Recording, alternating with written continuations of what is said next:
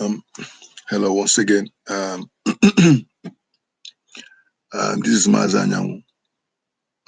We are still on the creation, the Igbos and creation, because one will be wondering why is it that I'm so much focusing on the Igbos. Um, Let me remind you, like I said, why it's important that I focus on the Igbos is because we are talking about a people, the only people that have been able to define life before the physical creation began.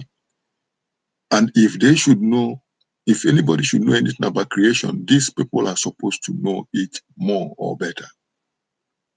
We're talking about the people that were able, the only people that were able to define life beyond the physical creation. They talked about the spiritual life. They were able to define life, capture it in the spiritual realm.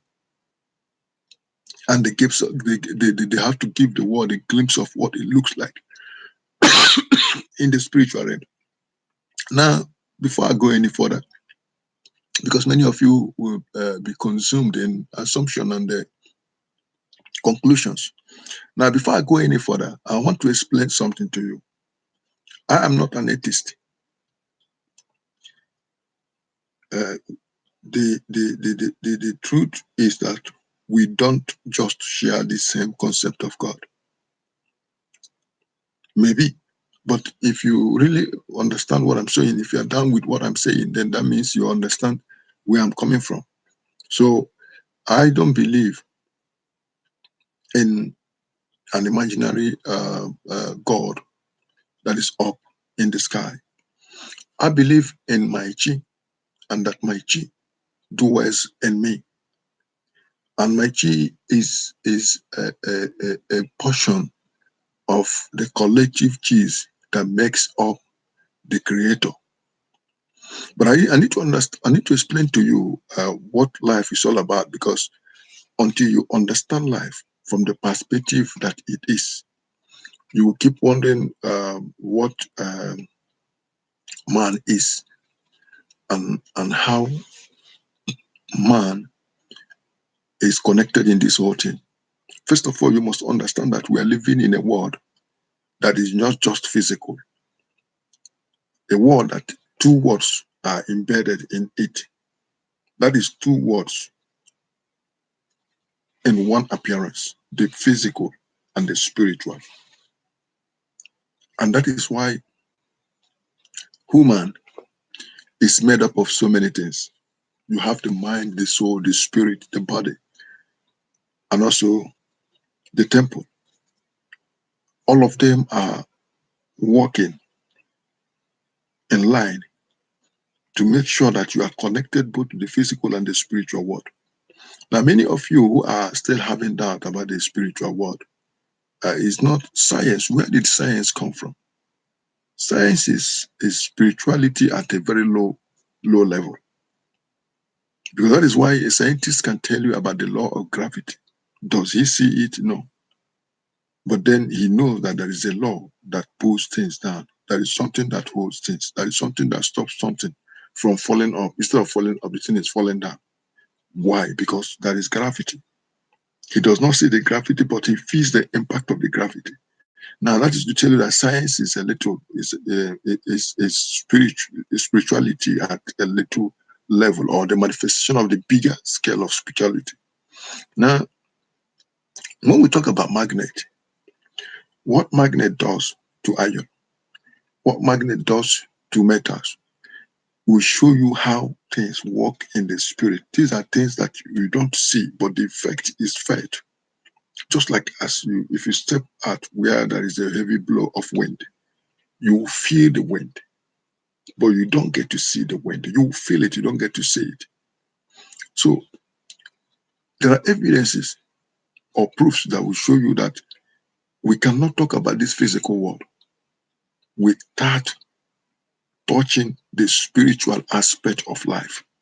It is not possible, because the journey of human did not start here. Your journey as a person did not start here.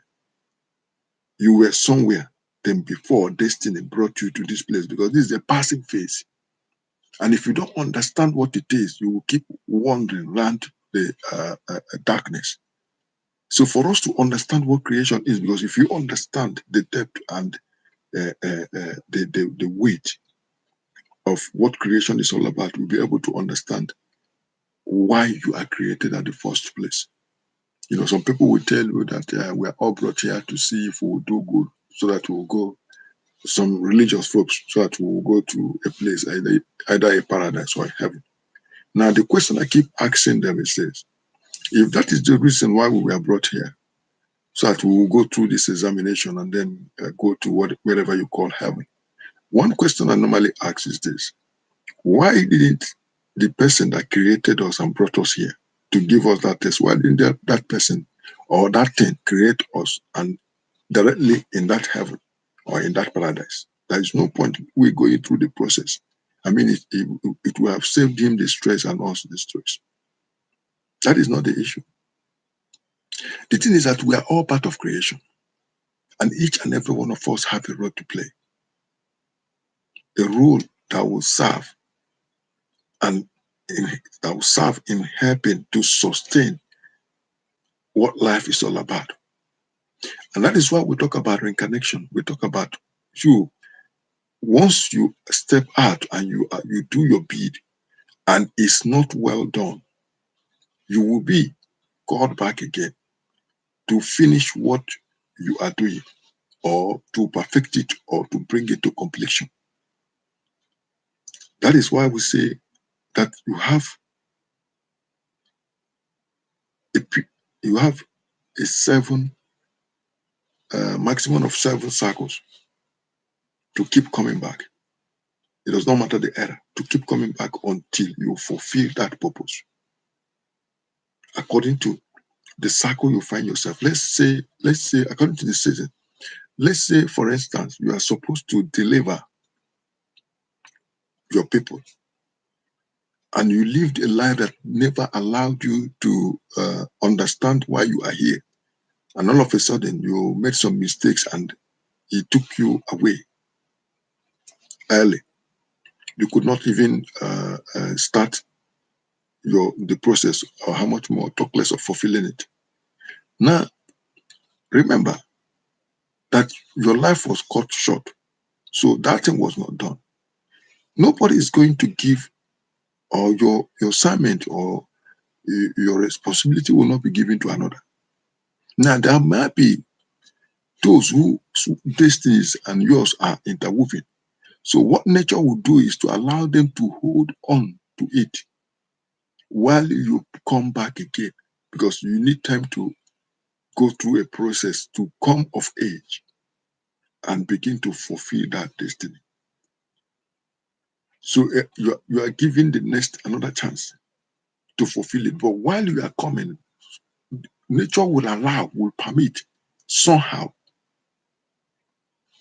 others whose destinies are interwoven with your own to be working on that which you are coming, preparing the way for you. So that when you come, you will start from where you stopped. Or if you have not started before, you will begin from the very beginning. Now, if you eventually, at that second visit, fulfill destiny, you won't be asked to come back again. You will be alleviated to a level where you yourself will also sit with those who are also watching over those that has been sent, and those who are also, sending people down here. Now, many of you, especially some of you who are religious, will be saying, "What is this man saying?" Now, let me remind you, especially if you are in the Christian faith, let me remind you that in the book of Jeremiah, they wrote there in the book, in the Bible, of which I hate to draw my references from all the spiritual books, but I want you to know, especially you Christians, it was written that it said, before you were born, before your mother conceived you, he said, I knew you. Now, what he's trying to say is that this particular creature existed even before conception. So it was not at the point of conception that the woman began to exist. The woman was already a being before conception. So that means there was a spirit that was conceived, that flesh and body was given. So before the woman conceived, the spirit of that baby that was in the womb has already been existing. So the spirit was already in the spiritual realm. Then the woman now conceived. The spirit had to do well in the flesh and blood that was conceived biologically. So that is why I said you are not a woman that has a spirit. You are a spirit that lives in a human body. That is why everything you do as a person must have spiritual foundation, because you are more of a spirit than a mere physical body. It is your spirit that controls your physical body. It is your spirit that determines or decides what your body do. It is your spirit that allows you to have knowledge of life. So when we say that creation started before the physical creation, we are using man to educate you or to allow you to understand what actually transpired before the physical creation. That there was creation already, that things were existing before the physical earth was created, before the physical sun was created, before these physical things you saw or you are seeing were created, that spiritually there was existence. There was already existence. That is why you need to understand that you existed spiritually before you came to be in the physical.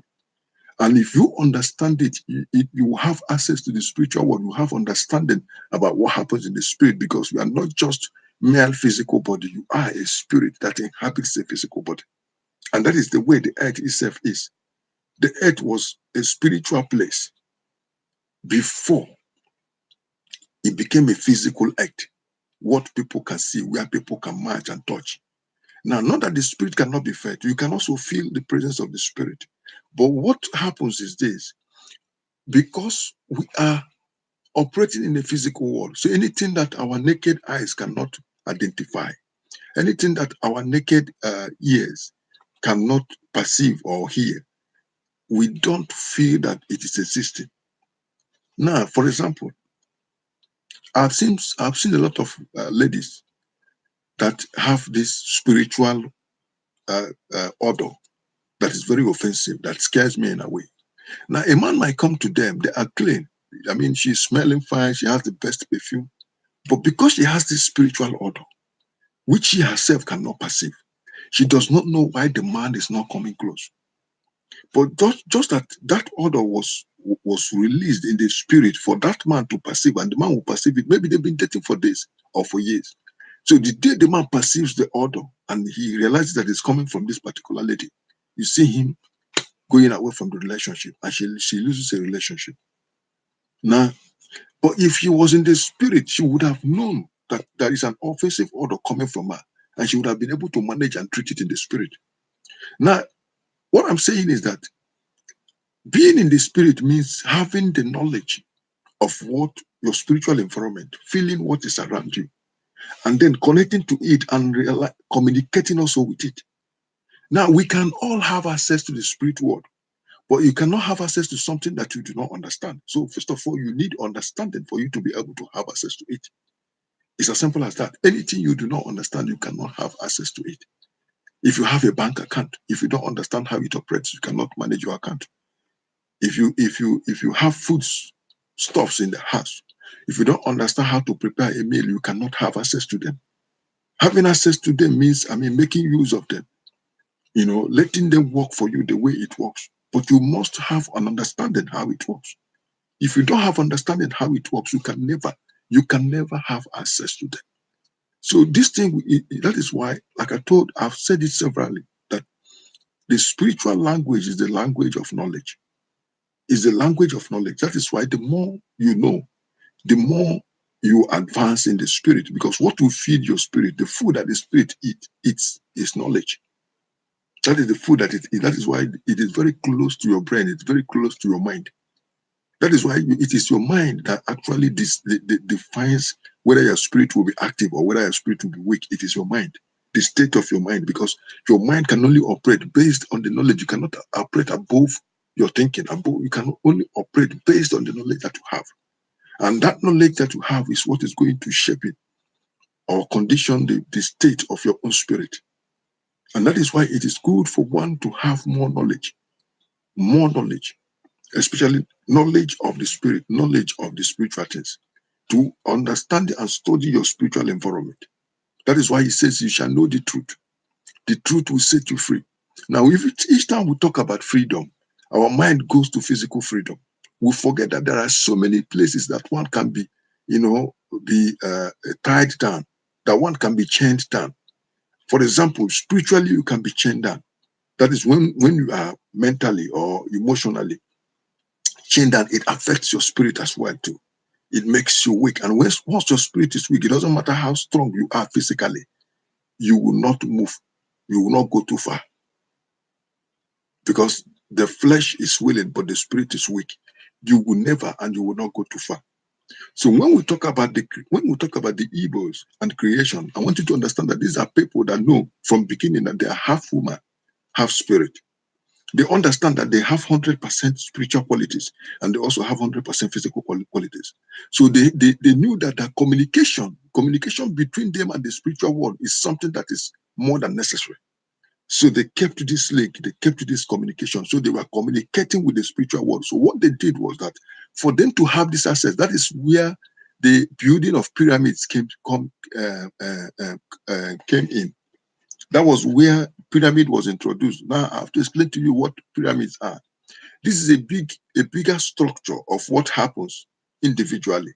Now every Igbo man, because of the need for them to have this spiritual connection, to have access to the spirit world, every Igbo man is expected to have an Obi. Now, what is an Obi? Obi literally means Obi, heart. Obi, heart.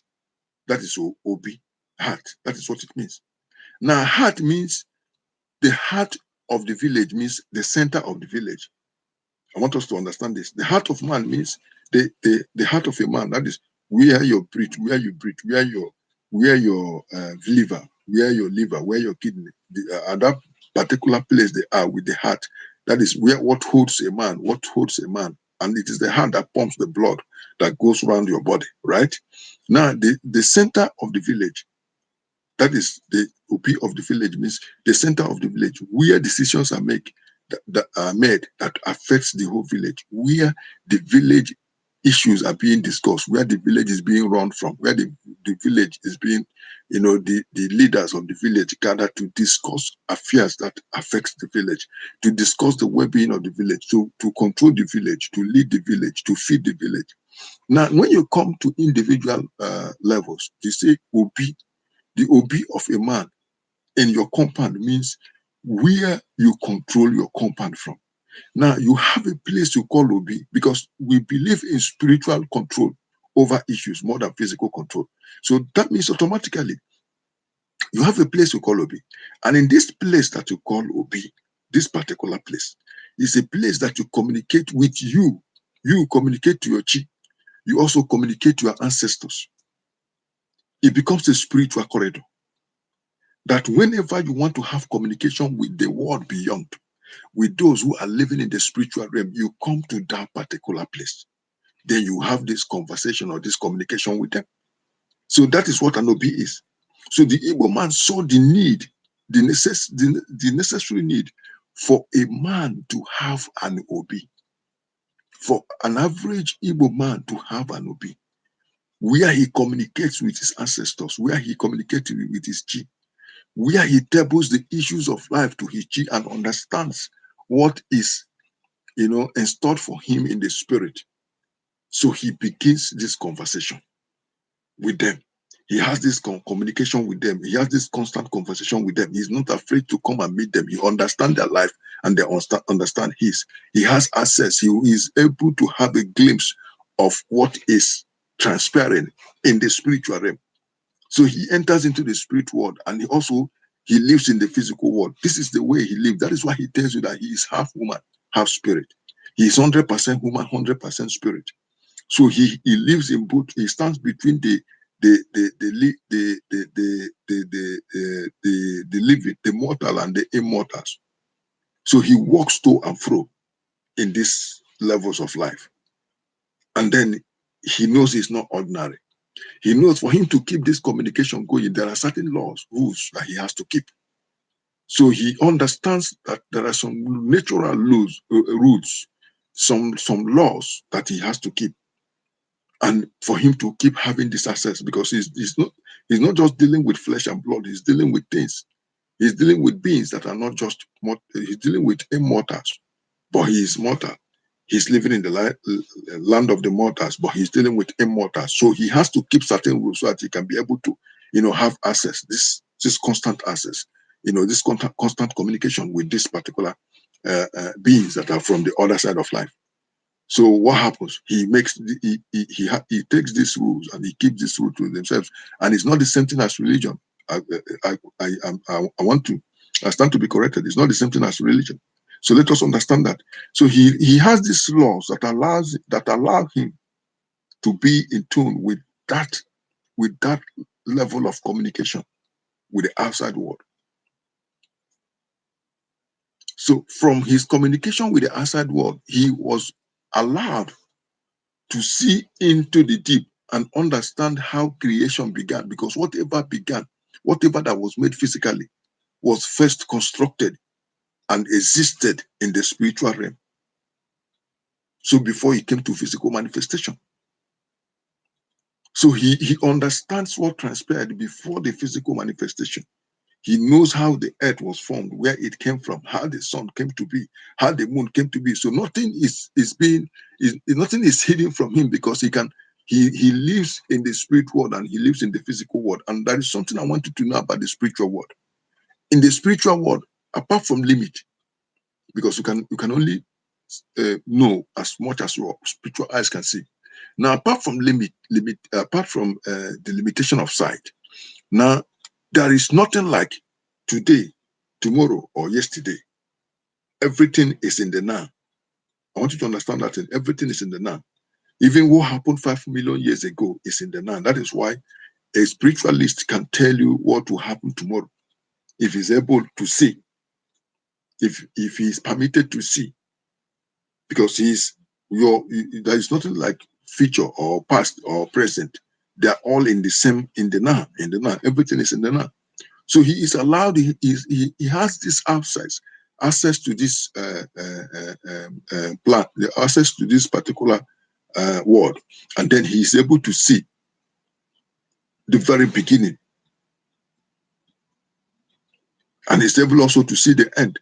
So he prepares himself for the end. That is why most of the things that we are discovering today are things that we are coded by our ancestors.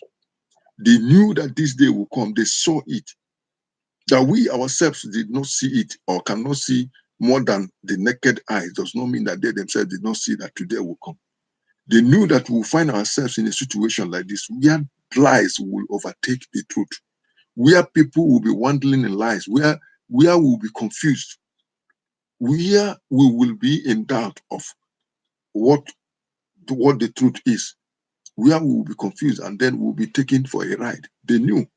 So they had to put some things in code so that those things will not be misplaced, or the things will not be changed. And it was because of the coded things that you and I are speaking what we are speaking today. That you and I have made the discoveries that we have made today. That we have discovered the truth, because these things were coded.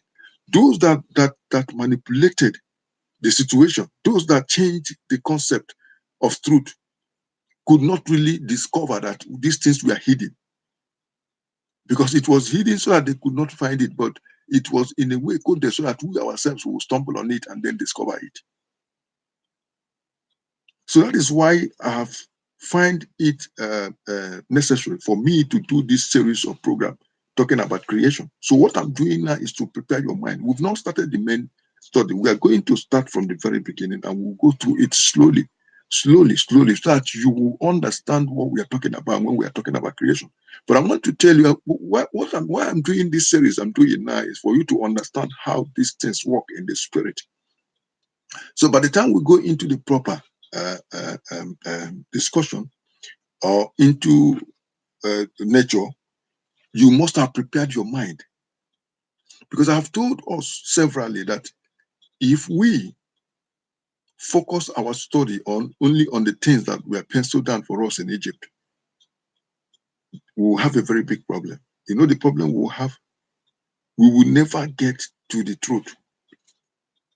Because every other story you've had so far have only told you about when the earth was created. None of them have told you before the creation of the earth or before the creation of the universe. Something can't just start from nowhere. There were lives, spiritual lives that were already existing. And before this physical creation that we are seeing today, the spiritual life was already there. But all of a sudden, somehow, there was need for the beings that be to create a physical world, a physical world that will give them another experience, another dimension of life. That was need for it, and that was how it all began. But you cannot understand that story, or you cannot understand the history or the story behind it, except you first understand what it means when we say the spiritual world. Fine, and like I've said, spirituality is advanced science. So automatically we are talking about things that are, even though they are invisible, sorry, even though they are invisible, but these are things that are tangible, things that can be fed, things that can be touched, things that you can perceive that are around you. Although you may not perceive them, you may not touch them, you may not feel them, until an awareness is created in you that will allow you to know and observe your environment carefully. Then you will know that you are not just alone. So that is why I am preparing your mind. So I wouldn't want to be taking more of your time every day. That is why I keep doing 30 minutes programs. So we are going to go down. But when I see that the floor is ready and that our mind has been prepared for what is to come, because what I'm going to say, most of the things I will say will blow your mind. These are things that you you you you will know, you will grab it from the beginning that yes, this is what it is, because nature has done so many explanations to us, but it's because we are not aware, and that is why we don't know, and we will never know because we are not aware. So what I'm going to do now is to bring you to that awareness so that you will not look at nature and say, this has been here. Why didn't I notice it? Because it has always been there. So, like I said, I'm going to take you deep, deep into, you know, the very, very, very, very beginning, beyond the physical creation. And why I keep saying the Igbos, because there is no other species that was there before the physical creation but the Igbos. And I will tell you why they call them Igbos, what they were before they were called Igbos. The eras that passed, they were there before Adam. They were there before any other thing, before the earth and the sun came to be. And I will explain to you why, who they are, and how it's important for you to know, especially if you are of the African descent. It is important for you to know about this because that is the root of life. So that's what I'm talking about. So if you've not subscribed, because when I'm going to start I will start very deep. So if you've not subscribed, try to subscribe to this channel so that you will have access, and then you will know when we are online, and then you will know when I'm teaching. But very soon I will. But let me prepare the mind of those that will either come across this tape or those that will be listening to us live. So that by the time we go live, nobody will be left behind. And then you will have the opportunity, to maybe I will make provisions for you to try as much as you can, maybe later, to get in touch with me and ask any question, anything that is disturbing you. Because I've had people call me several times and ask certain questions, deep questions. But if you understand this life, especially the spiritual aspect of life, nothing will be deep for you to handle, because there is nothing mystic about anything. Everything is plain. It's just that religion has made them look as if things are hidden from us, because the religion concept has always been a concept to keep you in bondage, to keep you tied down. So they make everything look as if it is mysterious, and they tell you stories that instead of you instead of things being clear in your eyes and mind, it gets more complicated because of the way religion has, coded everything. So what I'm going to do is to make it a little easier for you to understand what is all about. Like I said, none of us is here by accident. You did not come here because they were looking for numbers. You came here because you have a destiny. You came for a purpose. So if and eventually you live your life on earth wondering what to do with your life, my dear, what you did was that you've just wasted a whole season of life for yourself. It does not matter how much you make, because you need to fulfill your natural given destiny. And that destiny is in line with what is inside of you, the chi, the spirit that dwell in you. Because it's not about your flesh. Flesh is only a vehicle that has been commissioned to carry you through this journey of physical life. And that is why when you come to the end of it, you drop that vehicle, because you don't need the vehicle to move to the next level, because the spirit continues this journey, but the vehicle is dropped. And what happens? The vehicle is being planted again into the earth, because it came from the mother earth. So that is what your body does. It is that vehicle that allow you to go through this journey called earth. And by the time you're through, like I said, you park the vehicle. I mean, you don't need it again, because it cannot cross beyond the natural. It ends what, because this thing you are looking at is clay.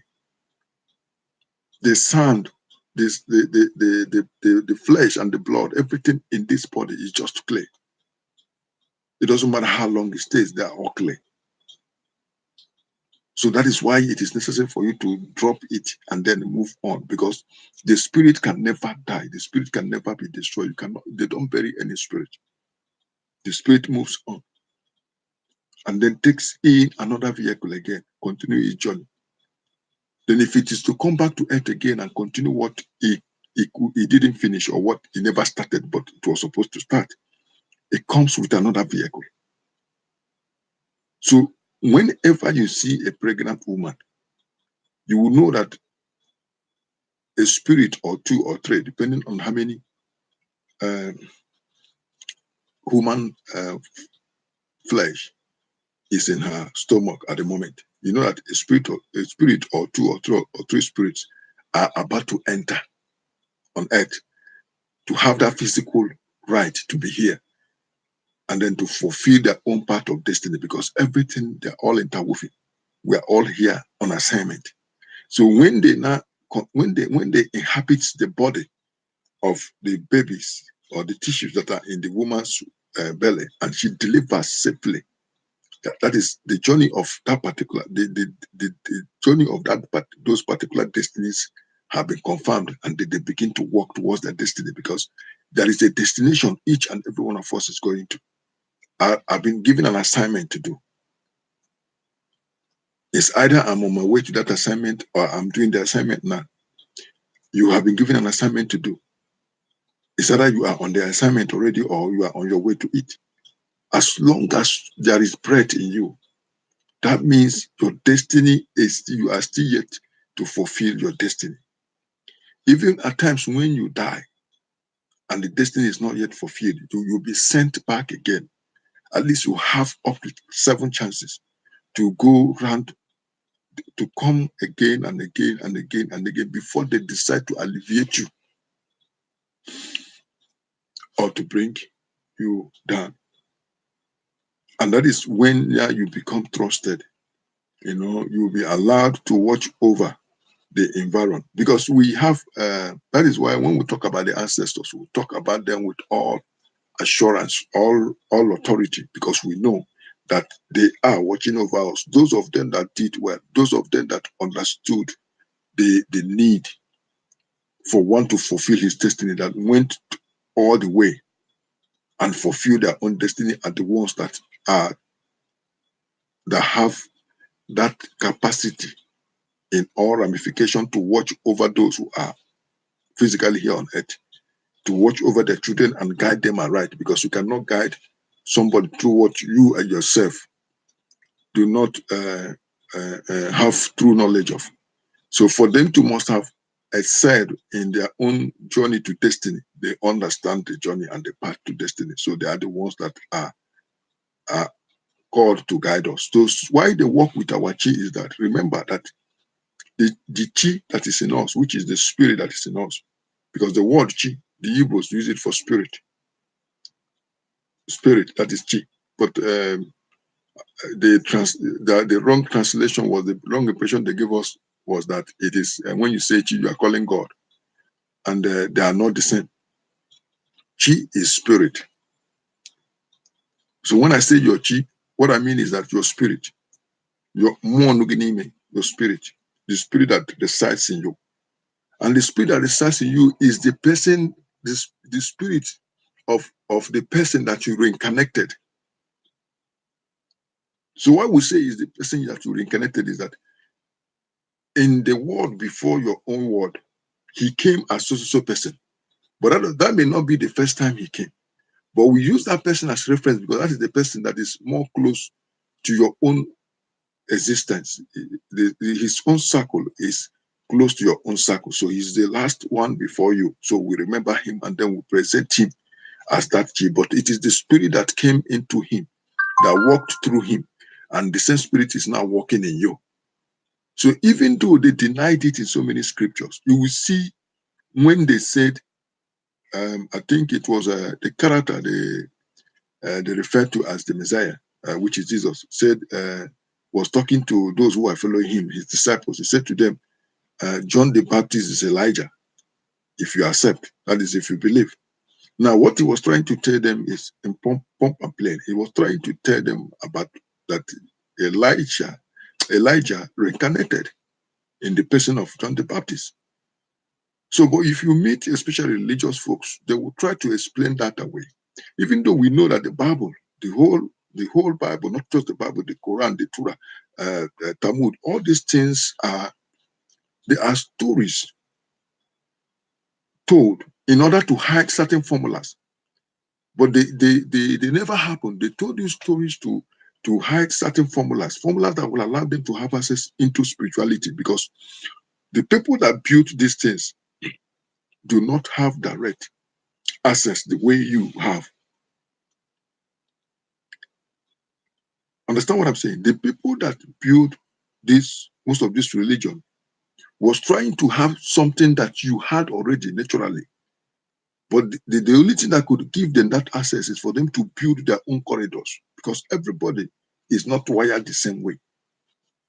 But you have it. You have that access. You have that corridor. Because from time immemorial, your people have always worked with the Obi. And that Obi was not just for our fathers. Remember that every child that is born into the family is dedicated, because we understand that this child is coming not just only in in physical form, but there's a spiritual aspect of him. So the child is being presented at that spiritual corridor. So that the spirit that came to inhabit that body will still know that he's not cut off from communication. So he still has access to the spiritual world. So that is why at times, there are certain things they do in my place to really set some maidens free. They call it Obanje, and it's a kind of trying to settle her spiritual contact, and so that they will leave her alone. Because there's so many things they do. They do them to make sure that no distraction comes from the spiritual land. But at the end of the day, you still need those connections to fulfill your destiny, because there is a reason why you came through them, and they have a role to play in your life. Because I can comfortably tell you that since I became awake, and since I've had this unlimited access to the spiritual world, I've been able to do some things that naturally that it would have been seems impossible for me to achieve. In fact, not even for me to achieve that. Most of these things are things that similar things has occurred, and then I could not really, break through in those areas. But because I have this access before the physical thing begin to happen, it's like somebody will sit me down and give me a detailed account of what will transpire, especially in that area that I am, that is kind of uh, giving me concern. So I will watch the unfolding of events before the actual physical events. And so when I get to the physical events, I know already how it will be or how it's going to end. So I am not bothered, because I know. Because why should I bother myself if I cannot change the events? Then if there are ones that I don't like, I will also be given an option how and what and how to change it, what to do and how to change it. And I see myself, working very hard to apply those things that will bring that particular change as I want it. Because I said something to somebody, I said, destiny is what you make out of your destiny. Destiny is what you make out of your destiny. If whatever you settle for defines your destiny, what you make out of your destiny. In Igbo spirituality, there is something we call, in the cosmos, there is something we call Ekwensu. Now, Ekwensu is a spirit that when the Europeans came to our place, they tried to convince us that Ekwensu is Satan or devil, right? And we know that the concept Satan or devil was something created by these people, the same way they created hell, the same way they created heaven, just to score their point. Now, there is nothing, Ekwensu is not what they say it is. Now, this is what Ekwensu is. The language, Igbo language, is something that explains itself. You don't need a dictionary to look and search for a word. Now, Ekwensu means Ikwe Yesu. Now, Ikwe Yesu does not center on something that is bad. What does Ikwe Yesu mean? Ikwe Yesu means when you accept or you agree, or when you confirm, it becomes. When you confirm, it becomes. Now, when you confine to it, it becomes. When you accept it, it becomes. When you receive it, when you settle for it, it comes to stay. What is it that comes to stay? It was not defined. So when you accept something good, it comes to stay. When you accept something bad, it comes to stay. So there is no definition or limit to what you are not told to. You are not told what to accept. What they are saying to you is that once you are in agreement with it, you've confirmed it. Then that means what you are saying is that you want that thing to come and stay, and it stays. So when they came in, they tagged it the spirit of Lucifer. They tagged it devil. They tagged it so many things. But the question is not. The question is a spirit that allows people to have proper negotiation, to allow people to have proper to to have the power to fight for what they want and what is theirs. So if you do not settle for less, you will not get less. You will get what you settled for. So whatever you settle for is what is given to you. If you want to settle for failure, failure will come. So if one now decides to tamper with your destiny and you settled for that, that means you will not fulfill your destiny. But if you decide that I have to go all the way through and break forth, then you will break forth. You will go through and break forth. So whatever you accept in life is what you receive at the end of the day. That means your chi can only walk as far as you can propel it to work. Because whatever you settle for is what your chi will settle for. So it's not about you. It's not about your comfort. It's about the drive that is battered in you. The drive that is battered in you. That is what will propel the spirit that is in you to give you all that life has to offer you, every opportunity. So when we, like I said, when we begin to talk about creation, you will see how it is related. So the Igbos understood these facts, and that is why they try as much as they can to keep their spirit more alive than the physical body. So they were gods walking on the surface of this earth.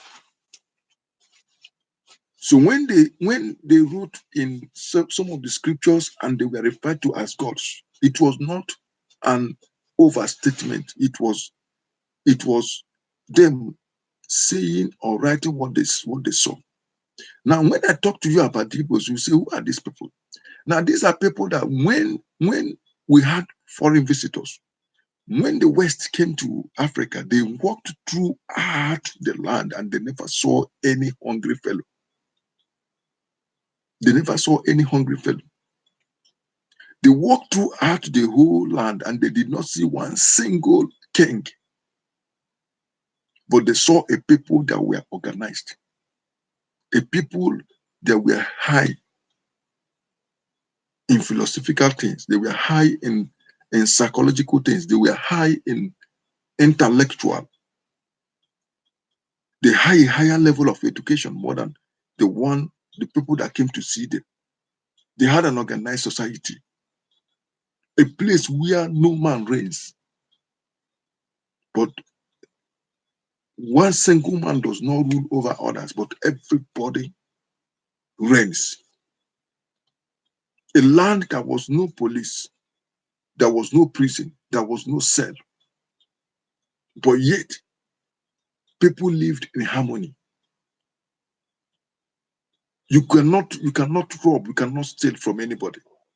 So when they came, they saw them, they knew that this was not just ordinary. These are people that has been fine-tuned in the spiritual realm. These are people that understand life more than the way they themselves understand it. So they decided to study these particular people. And that is why when we want to tell you about creation, we are telling you about the things that were penciled down by these same people that understood nature more than any other people here on earth. So I'm going to take you on this ride, but before then, I want to make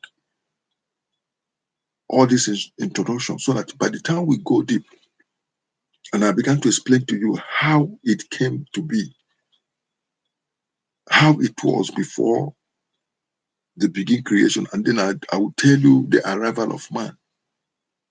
So by the time we go through those things, your mind have already been prepared, and then you are ready and settled to hear the true story of nature, how it came to be. So I don't want to take more of your time. I'm going to leave you today. I will come back again tomorrow to continue this conversation. But the time, but by when finally, I don't know whether we're going to start um, unfolding creation tomorrow. But anytime we start talking about it, we might be meeting 2 times a week once we start. But before then, as I'm breaking these things down, I will be coming to you daily. Then, if eventually we are able to start tomorrow, then that means the informations will be given may not be daily again. Because once we enter into how it all began, till we get to the place of man, I will not be rushing it. I will give you time to digest what we have said. I'll give you time to do your own findings, and then come back and then see how we are doing. So that is what I'm going to do. In case you are this is your first time of watching what we are doing, I will suggest to you that you subscribe to what we are doing. Subscribe to us. I mean, give us a thumb up if you enjoy the teachings, and then let us know how you feel about it. I want to read your comments. Want to know. It doesn't matter whether you agree or you are in a disagreement with what I'm saying.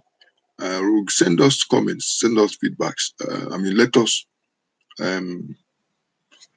have a reasonable conversation over the issues that we are raised, and then let us, look at your argument, where you are coming from, and then what you are able to present. We are open for discussion. It doesn't really. We are not saying that you should take whatever we are saying without, giving us a run for our time. You ask questions if you want to, and then you can also, decide to disagree with certain issues that we raised here. Certain conclusions. But then, like I said, we are here to give you the best, and we'll try as much as we can to make sure that we keep you in the best frame of mind. We allow you to understand and embrace the truth and nothing but the truth. So once again, I will say to you, it has been wonderful hosting you. It has been wonderful allowing me, to come into your lovely space and then discuss with you at this particular time. Once again, I thank you, and I hopefully, that we are going to sit here again tomorrow to further discuss more on this issue, the Igbos and creation. We are on the third day, and then tomorrow we'll make it the fourth day. But I believe, because we believe that the complete cycle of Israel is 4 days. So once it's 4, that's why I said hopefully. I'm hoping that by tomorrow we might be able to go into deep, talk about creation, and then continue with how it is that we will be able. Because this is a spiritual platform. We won't be saying anything that does not hit in the spirit. So we are going to go deeper and deeper and deeper and deeper. So the earlier you follow us, the better for you to be able to understand what is being taught. Because you might come in at a particular level. You may get confused of what we are saying. But if you follow us from this very beginning, so whatever we are saying will not sound strange to you. You must have heard of from me something similar before now. So once again, I thank you for being part of what we're doing today, and I hopefully I pray that tomorrow you will join us again. May our ancestors guide each and every one of us. Thank you all.